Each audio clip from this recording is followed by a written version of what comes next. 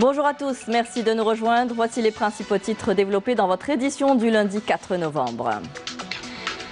Le Conseil constitutionnel a 7 jours pour trancher sur la validité des 5 candidatures. Le Conseil devra également étudier dès aujourd'hui les recours des dossiers des candidats rejetés.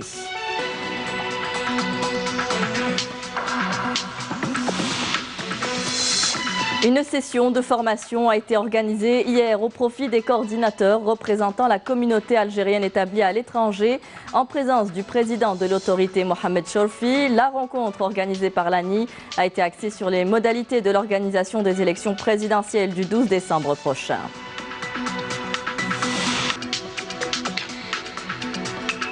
Le tourisme d'affaires, un secteur économique porteur que Nazim Sini, un Algérien représentant de la Cassie à Marseille, a investi. Son objectif, promouvoir la destination Algérie sur le plan économique. Et du sport, football dans ce journal, 16e de finale bis retour. Le Parado Athletic Club bat l'équipe de Kampala City sur un score de 4-1, une première historique pour les Algérois. Bienvenue à tous. Après l'annonce par l'autorité nationale indépendante des élections de la liste des 5 candidats à la présidentielle du 12 décembre prochain, le Conseil constitutionnel devra valider la liste définitive des candidats dans un délai de 7 jours. À partir d'aujourd'hui, de la date de transmission de la dernière décision, le Conseil devra également étudier les recours introduits par les candidats dont leur dossier a été rejeté. Amélie Siridir. Désormais, le Conseil constitutionnel a 7 jours pour rendre officielle la liste définitive des candidats à la présidentielle du 12 décembre prochain. Cette liste sera également publiée au journal officiel. Concernant les dossiers qui n'ont pas été validés par l'autorité nationale indépendante des élections, les postulants ont la possibilité d'introduire un recours auprès du Conseil constitutionnel dans les 48 heures suivant l'heure de la notification par l'instance. Conformément à la délibération du 17 octobre 2019, modifiant et complétant le règlement du 12 mai 2019 fixant les règles de fonctionnement du Conseil constitutionnel paru dans le journal officiel, l'article 48 dispose que le Conseil constitutionnel reçoit les décisions de l'ANI relatives aux candidatures, accompagnées des dossiers de candidats dans les 24 heures de la date de l'annonce de ces décisions. Des décisions qui seront par la suite déposées auprès du secrétariat général du Conseil constitutionnel contre récépissé. L'article 49 stipule que le candidat à l'élection du président de la République a le droit, en cas de rejet de sa candidature par l'autorité indépendante des élections, de formuler un recours par le dépôt d'une requête motivée au greffe du Conseil constitutionnel dans le délai fixé par la loi organique relative au régime électoral. Le même article ajoute que le président du Conseil constitutionnel désigne parmi les membres du Conseil un ou plusieurs rapporteurs à l'effet d'examiner les recours et de présenter des rapports et des projets de décision y afférents. L'article 50 se prononce sur les recours par des décisions notifiées immédiatement aux requérants, relevant qu'en cas de recevabilité des recours, le Conseil constitutionnel inscrit le candidat requérant sur la liste définitive des candidats à l'élection du président de la République. Après la publication de la liste définitive au journal officiel, aucun candidat ne peut se retirer. Selon l'article 144, le retrait du candidat n'est ni accepté ni pris en compte après la validation des candidatures par le Conseil constitutionnel, sauf en cas d'empêchement grave légalement constaté par le Conseil constitutionnel ou en cas de décès de l'intéressé. Un nouveau délai est ouvert pour le dépôt d'une nouvelle candidature qui ne peut excéder le mois précédant la date du scrutin. Une fois la liste définitive établie, les candidats à la présidentielle se prépareront donc à entrer en compétition, notamment avec le lancement officiel de la campagne électorale prévue le 17 novembre prochain, en vertu de l'article 173 de la loi organique relative au régime électoral, qui stipule que la campagne électorale est déclarée ouverte 25 jours avant la date du scrutin. Elle s'achève 3 jours avant la date des élections. L'article ajoute qu'un deuxième tour du scrutin est organisé. La campagne électorale des candidats au deuxième tour est ouverte 12 jours avant le scrutin et s'achèvera 2 jours avant la date des élections. Et toujours au chapitre des élections présidentielles, l'autorité nationale indépendante des élections a organisé hier au Club des Pins à Alger une session de formation au profit des coordinateurs représentant la communauté algérienne établie à l'étranger. La rencontre était axée sur les modalités de l'organisation des élections présidentielles du 12 décembre en présence du président de l'ANI, Mohamed Chorfi. L'objectif qui nous est assigné politiquement nous impose non pas une obligation de moyens, mais une véritable obligation de résultat. Ce qui signifie que les efforts que nous devons déployer sont des efforts qui ne comptent pas l'énergie que nous allons dépenser. Et je sais que vous n'êtes pas avare de cette énergie au profit de notre beau pays, l'Algérie. Au volet justice, le tribunal administratif de Tipaza a rendu hier une ordonnance en référé d'heure en heure déclarant illégal le mouvement de grève annoncé observé par le syndicat national des magistrats sans notification préalable ni respect du service minimum, outre l'occupation illégale de postes de travail et l'atteinte à la liberté de travail, indiqué un communiqué du ministère de la Justice. De son côté, le syndicat national des magistrats s'est engagé à assurer le service minimum garanti en application des décisions de son Conseil national et partant du souci des magistrats grévistes d'assumer leurs responsabilités vis-à-vis du citoyen et de la société et d'éviter les situations de détention arbitraire, a indiqué le syndicat dans une note explicative. Le ministère de la Justice réitère encore une fois sa disposition à faire prévaloir le dialogue et la sagesse au mieux des intérêts du citoyen et de l'intérêt général, a conclu le communiqué. L'APN poursuivra demain ses travaux en séance plénière avec l'examen du projet de loi sur les hydrocarbures, tandis que les séances de mercredi et jeudi prochain seront consacrées à l'examen du projet de loi de finances 2020. La séance du jeudi 14 novembre sera consacrée au vote du projet de loi régissant les activités d'hydrocarbures et de la PLF 2020, ainsi que les deux projets de loi modifiant et complétant le code de procédure pénale et l'ordonnance portant statut général des personnels militaires. Coopération algéro-allemande, l'Algérie tente de s'imprégner du modèle économique allemand. Une journée d'études a été organisée par les chambres de commerce et d'industrie des deux pays pour partager le savoir-faire allemand et son expérience sur le plan économique. Le reportage de Wassila Bouchelb, commentaire de Nsrine Ben Saidi. Comment s'imprégner de l'expérience allemande en matière de gestion des entreprises? C'est sur quoi a porté la rencontre algéro-allemande organisée par les chambres de commerce et d'industrie des deux pays. Il est possible d'améliorer notre économie en s'imprégnant du modèle allemand et ce en valorisant les petites et moyennes entreprises. D'ailleurs, c'est la stratégie de l'économie allemande qui se base exclusivement sur ce genre d'entreprise pour booster son économie. Première puissance économique européenne et cinquième puissance mondiale, l'Allemagne a réussi à construire une économie forte et solide, misant sur la formation de l'élément humain.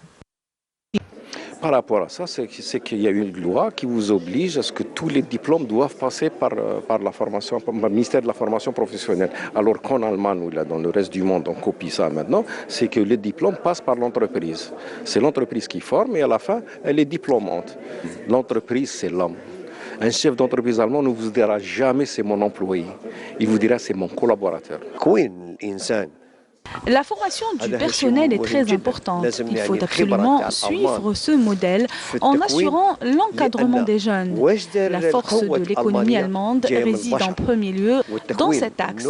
En deuxième lieu, dans le lien existant entre l'université, les instituts et l'emploi. L'apprentissage et la maîtrise de la langue constituent aussi une nécessité pour une meilleure collaboration. Depuis 2 ans, notre institut a enregistré une forte demande. Le nombre d'étudiants a même augmenté. Nous comptons 2000 places pédagogiques. Les experts sont unanimes. L'Algérie dispose de grands potentiels à travers plusieurs secteurs, notamment l'agriculture et les mines. Des atouts lui permettant de s'imposer sur le marché mondial pour peu qu'il soit développé. Et rien n'empêche d'allier l'utile à l'agréable et de lier les affaires au tourisme. Le tourisme d'affaires, un secteur économique qui contribue à l'attractivité des territoires, une branche dans laquelle évolue Nazim Sini à Marseille. Cet Algérien, représentant de la CACI, la Chambre algérienne de commerce et d'industrie, incite les étrangers à venir investir le marché algérien, les informe sur la réglementation algérienne et les oriente vers des prestataires locaux. Saïda Mayouf l'a rencontré, reportage. Qu'est-ce qui vous amène? Alors j'ai une agence de tourisme et ce que je voudrais faire, c'est savoir comment ils font pour si c'est facile d'aller en Algérie. Très bien. Comparé au Maroc et à la Tunisie. Très bien. Alors en Algérie, vous avez certaines facilitations, notamment dans l'obtention des visas. Et vous avez également, si vous voulez, des circuits touristiques qui sont extrêmement bien organisés. Le tourisme d'affaires, c'est son affaire. Nazim Sini, cet économiste diplômé en commerce de l'université algérienne et représentant de la Chambre algérienne de commerce et d'industrie, la CACI à Marseille, se lance un objectif majeur, attirer les investisseurs vers son pays natal. Il faut que ça soit différent. Les gens ils vont en Tunisie, au Maroc et l'Algérie, c'est un très beau pays. Donc je pense qu'il y a une richesse et des choses à voir en Algérie. J'ai des personnes en fait qui souhaitent ouvrir leur entreprise en Algérie. Donc en fait, je voulais savoir quelles démarches ils avaient à faire. Ce qu'on appelait autrefois la loi 51-49 va être abolie et donc vous pourrez vous implanter en tant qu'investisseur étranger tout en possédant une entité localement en Algérie à 100%. Donc c'est une vraie démarche qui va dans le sens de l'amélioration du climat des affaires. Investir en Algérie et par là même mettre en valeur ses richesses touristiques, artisanales et culturelles demeure le leitmotiv de Nazim Sini. Ce que j'ai fait, c'est qu'en 2015, on a créé le premier salon de l'Algérie à Marseille, qui a été une première édition qui a rencontré un très fort succès, puisque nous avions 80 exposants qui sont venus montrer et promouvoir le produit algérien. Être loin de l'Algérie ne signifie aucunement se détourner de ses grandioses ambitions et ses aspirations, bien au contraire. Moi, j'estime qu'il faut aller vers une élection. Pour la simple et bonne raison, c'est que nous sommes dans une situation de blocage institutionnel qui cause du tort au pays et dont les effets économiques vont commencer à se faire sentir. Bien évidemment, il y a eu un mouvement formidable du peuple algérien depuis le 22 février qui a bouleversé la destinée de l'Algérie durablement. Donc ce qui a été accompli par le peuple, ça, il est acquis. Il sera acquis et personne ne pourra le changer. Par contre, je pense qu'il faut qu'on sorte par le haut et je pense que cette sortie-là, de cette crise, peut se faire par une élection, par le suffrage universel. Promouvoir la destination Algérie, inciter les investisseurs étrangers à conclure des partenariats fructueux avec leurs homologues algériens est un créneau porteur qui augure de grandes perspectives pour l'avenir. Les élites et les compétences algériennes sont une force de proposition. Leur rôle dans le développement d'un pays a été mis en avant lors d'un colloque national organisé à Boumerdès par la Coordination nationale des élites et des compétences nationales et celles établies à l'étranger. Yasmine Messaoudi. Élites et compétences nationales, toutes spécialités confondues, conjuguent leurs efforts pour un projet de société. C'est en tout cas l'objectif de la coordination algérienne des élites et compétences réunies en colloque à Boumerdès. Des cadres nationaux comme ceux établis à l'étranger qui veulent contribuer par leur savoir à relever les défis auxquels fait face actuellement l'Algérie. Conjoncture oblige, ils comptent jouer pleinement leur rôle pour éclairer l'opinion publique. Je salue le rôle de l'établissement militaire pour son soutien au peuple algérien. On appelle les Algériens à aller voter massivement le 12 décembre et à être soudés.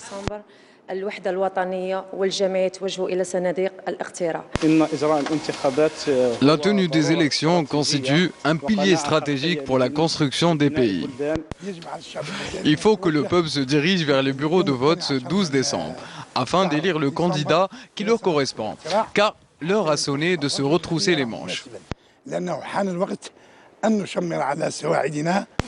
Il s'agit donc de l'ancrage des principes de citoyenneté et de démocratie, tout en respectant les constantes nationales et en exploitant positivement la diversité culturelle, le tout en vue de préserver et consolider l'unité nationale.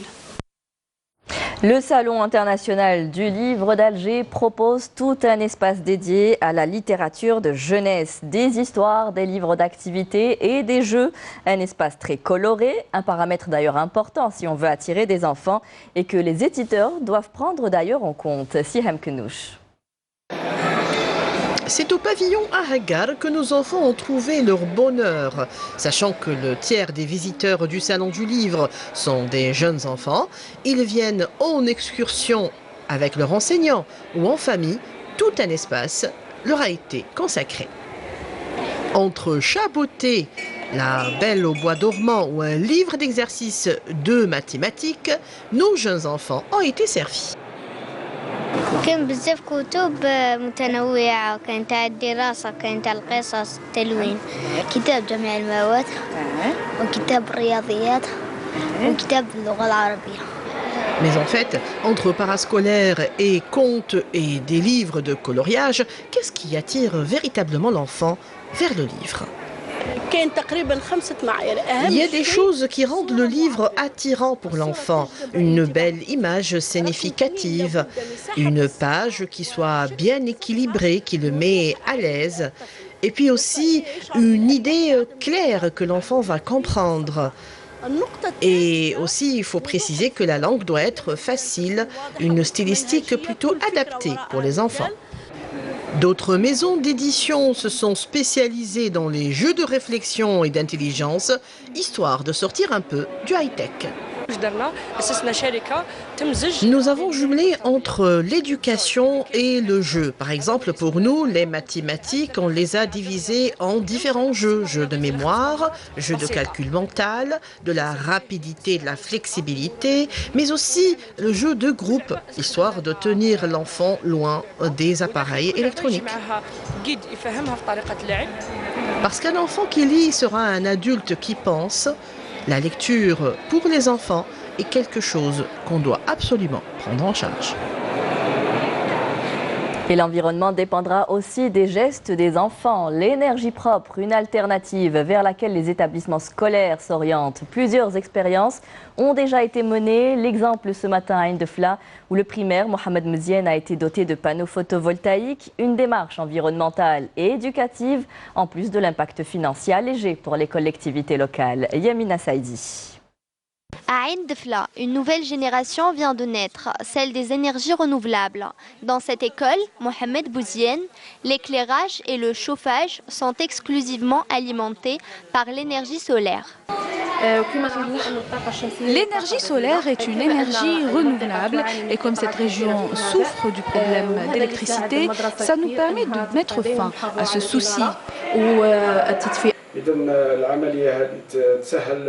C'est une opération qui facilite la tâche par rapport à la consommation de l'énergie au niveau de cette école. Et d'un point de vue pédagogique, cela entre dans le cadre de l'enseignement de l'économie d'énergie au sein des familles.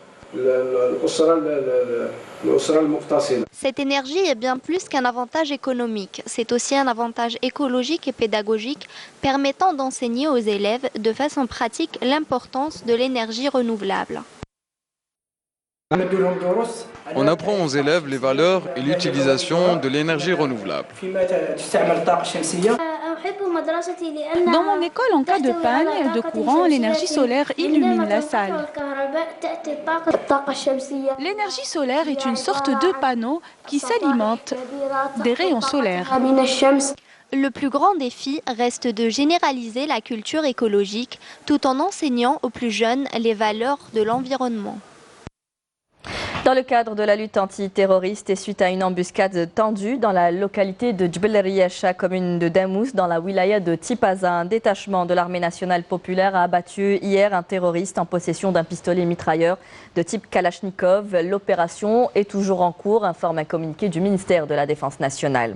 Dans le même contexte et lors d'une opération de fouille et de ratissage menée dans la zone de Tarda, dans la commune de l'Arba'a, dans la wilaya de Batna, un détachement de l'ANP a découvert et détruit 13 casemates pour fourre terroriste contenant la dépouille d'un terroriste qui a été abattu par les forces de l'ANP lors d'opérations précédentes, ainsi que 27 bombes de confection artisanale, des denrées alimentaires, des effets vestimentaires et de couchage et divers objets, tandis qu'un autre détachement combiné a découvert près de Mnia, dans la wilaya de Gherdaya, un pistolet mitrailleur de type Kalachnikov. Dans le cadre de la lutte contre la contrebande et la criminalité organisée, des détachements combinés de l'armée nationale populaire ont intercepté à Tamanrasat, Ingezem et Borj Badji Mokhtar 2 individus et saisi 4 kg de dynamite, 1,5 kg de TNT, 26 tubes d'allumage, 6 détonateurs, 30 mètres de mèches de détonation, ainsi qu'un camion, 2 groupes électrogènes, 7 marteaux-piqueurs, un détecteur de métaux, 102 sacs de mélange de pierre et d'or brut et 3200 litres de carburant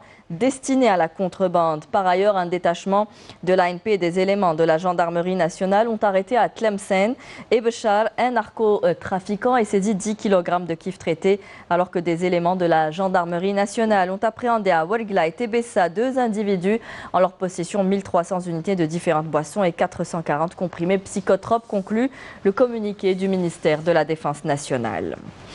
On terminera ce journal par du sport. Football, le Paradou Athletic Club a réussi une première historique sur le plan continental en se qualifiant pour la phase des groupes de la Coupe de la Confédération africaine de football après sa large victoire contre les Ougandais de Kampala City sur un score de 4-1, un match retour des 16e de finale disputé hier soir au stade du 5 juillet. Hakim Kishroud.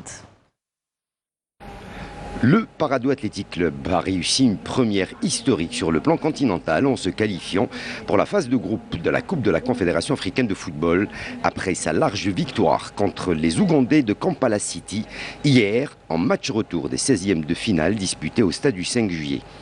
Les jaunes et bleus, qui avaient réalisé un bon résultat nul au match aller, 0 partout, ont bien fini le travail lors de cette manche retour, notamment grâce au très remuant Ishaq Hariri, qui a ouvert la marque dès la 8e minute de jeu. Une joie de courte durée, car Okelo va égaliser pour les Ougandais à la 23e minute de jeu. Sauf que les Algérois ont vite fait de reprendre l'avantage au score grâce à Yousri Bouzouk ayant transformé un penalty à la 37e minute de jeu, permettant à ses coéquipiers de rejoindre les vestiaires sur le score de 2-1. Après la pousse citron, les Pakistes ont légèrement changé de tactique puisqu'ils ont opté pour plus de prudence en procédant par des contre-attaques rapides. Les joueurs du Paradou ont fait preuve d'un incroyable réalisme, y compris sur les balles arrêtées, qui étaient d'ailleurs à l'origine des 2 derniers buts.